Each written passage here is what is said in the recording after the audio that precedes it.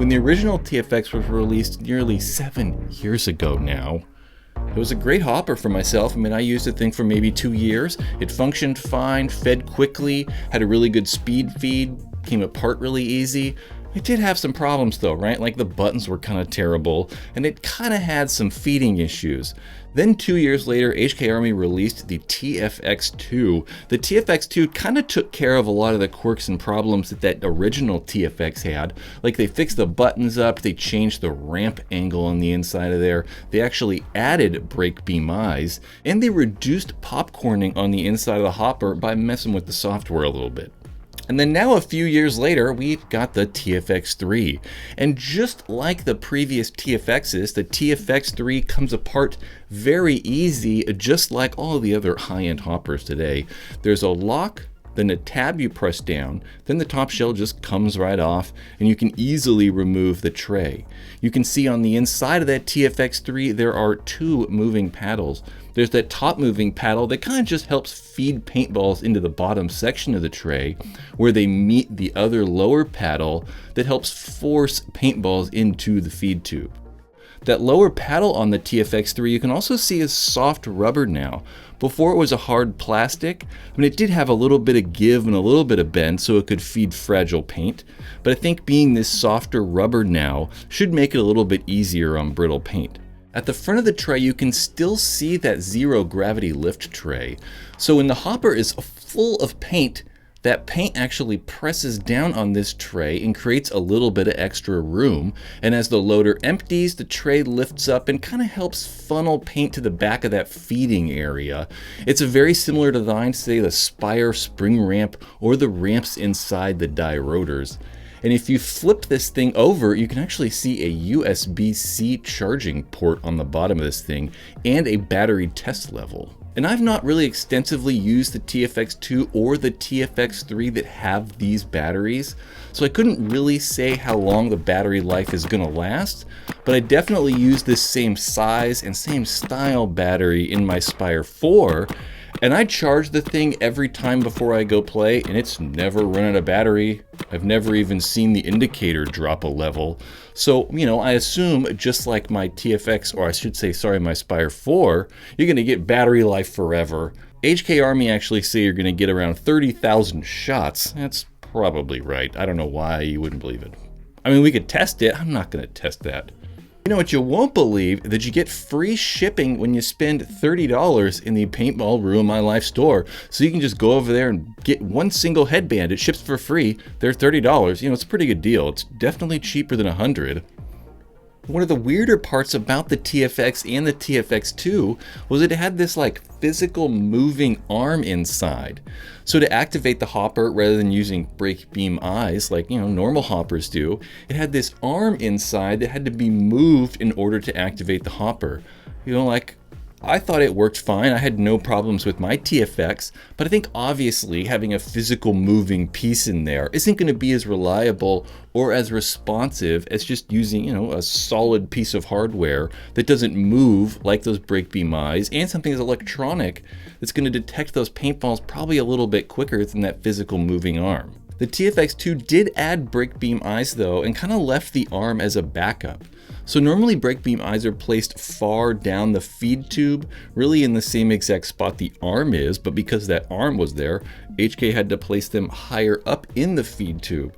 And normally this is fine, but in some cases they did kind of run into some feeding problems, mainly because of that bend in there. You can just kind of get some weird gaps in paintballs. So I didn't think the arm was really that big of a problem, you know. I thought it detected paint fine, it worked good for me, but I get it, right? It's probably more expensive to make, it's definitely more complicated to make, and having that moving part in there is probably not a good idea. So with the TFX3, they, you know, ditched the arm finally, and then moved the eyes down the feed tube in a more traditional spot like we're seeing on, you know, every other hopper.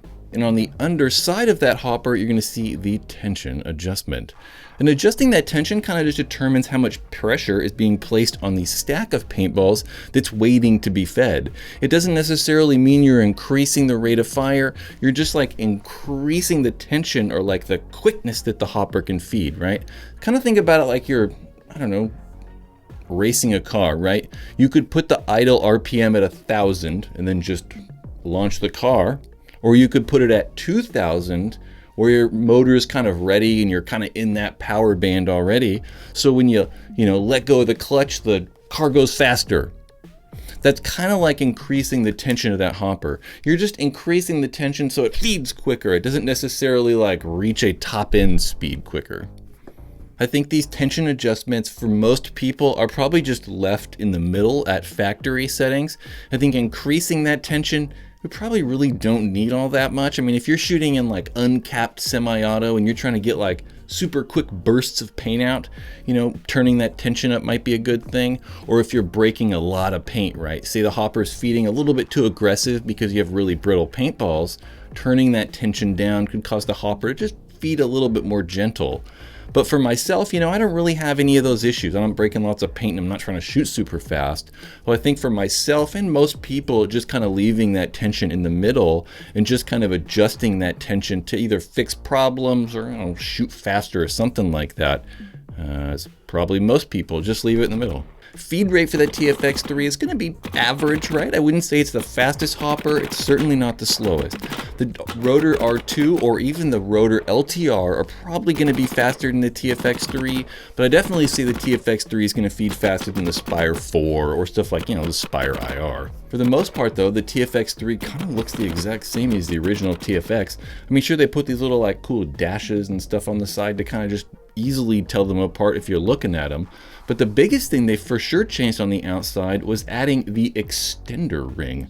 Without the extender, the TFX holds 180 paintballs. I mean, maybe a few more, but around 180.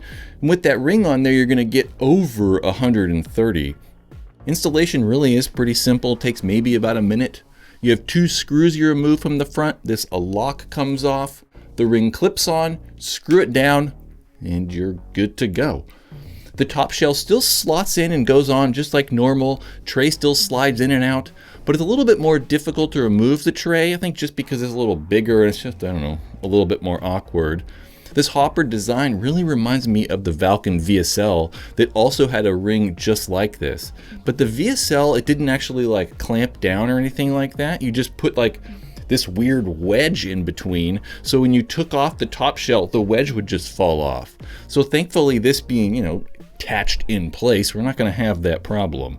So design's okay, right? I think that I much prefer more solid feeling hoppers though. Like I definitely like how the Spire 3, say Spire 4s, are using a whole entire shell if you want it high capacity. But it's definitely something you have to purchase additionally, whereas with the TFX3, it's coming with this ring. The R2 from Dye, you can also make high capacity, and it just has this little slider thing on the back. You just slide it and the whole hopper kind of pops up and down. It's really slick, but still not as solid and as like stable feeling as the Spire 3 or Spire 4.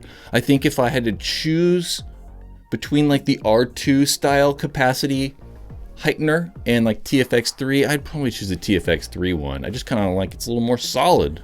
One of the things that plagued the TFX and the TFX2 was the popcorning effect they had. So if you're not familiar, when you get a paddle spinning around inside that hopper really fast, sometimes it's spinning so fast it's hard for the paint to just kind of fall down in there, and you get kind of like this popcorning effect of the paintballs kind of popping up and not able to feed down. HK Army, we're going to try to take care of this with the TFX3 by changing the software a little bit and by changing the internals. And it might be a little bit better, but we're still having that problem. I think that popcorning is really kind of going to be inevitable in any of these style hoppers, right? I mean, we're going to see it in things like the Dye Rotor and in the TFX3 and the TFXs before, because the way these paddles work, it's just really difficult when they're spinning around so fast to get a paintball to fall in there. Whereas hoppers like the Spire, they just don't have these moving parts like this, right? So paintballs can fall easily into that Spire drive cone, even when the Spires are feeding at maximum feed rate. So it still has that popcorning problem, but for myself, I don't think it's a big deal, right? Like I said, I used the TFX, the original one, for like 2 years and had no problems with it. It might have been doing that popcorning effect, but it's really kind of only happening on like the last 30 or 40 paintballs or something like that. So it's already when I'm really low on paint, and it's already when I'm probably going to load a pod back in there. So while it's still having this popcorning effect, or still doing it or something like that. I'm not really sure it's a big deal, especially not for myself. It's not something I really notice or am observant about. So using the TFX3, I've really had no problems with the thing. I mean, it fed fine, turned on, just worked perfectly fine for me. I really think the upgrades have made a difference. I think that lowering the brake beam eyes in that feed tube are probably going to help with feed consistency and getting rid of the arm. I mean, there's just really no reason to have that arm.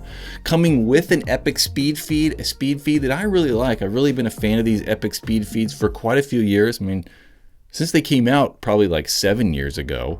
I think adding the expander ring is a nice touch. It's not something that I'm going to use all that much. I kind of just prefer the lower profile. And I think they might have helped with the popcorning effect a little bit.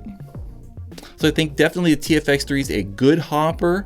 Probably not the best. I think that I'm probably still going for the Spire 4. I kind of like the maybe like build quality a little bit more on the Virtue products. And I think that that feeding is a little bit more consistent. And I think they're a good price. I mean, they're $250, but they are coming with some stuff, right? I mean, you're getting the speed feeds. Those are typically selling for $30. You're getting the batteries that's not coming with hoppers like the Spire or the rotors. Those are an additional $50. And then coming with the expander ring, something you're not getting with the Spires. So I think they're going to cost a little bit more, but you're definitely getting added value for that extra, $50 to $30 that you're spending over like the Spires or the rotors. TFX3,